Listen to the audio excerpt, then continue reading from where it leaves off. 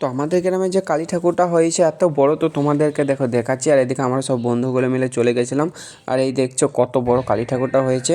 আর এখন যেহেতু পুজো হবে না, সে ভোর দিকে হবে, তাই গেটটা লাগিয়ে দিয়েছিল। আর তারপরে দেখো কিছু লোক এসেছিলো ঢাক বাজাতে।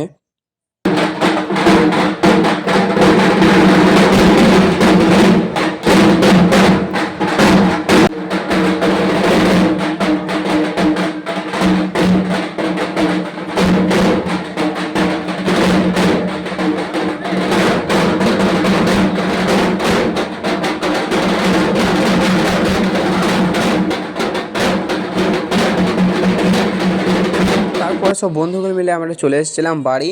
আর তারপরে দেখো ভোরবেলায় গিয়েছিলাম, যখন ভোর 4টে বাজে। আর এদিকে দেখছো মায়ের কিছু পুজো শেষ হয়ে গেছে। আর এদিকে তো প্রচুর লোকজন এসেছিলো। আর এদিকে দেখো এখন পাঠা বলি হবে, তাই এদিকে ঠিক করছে।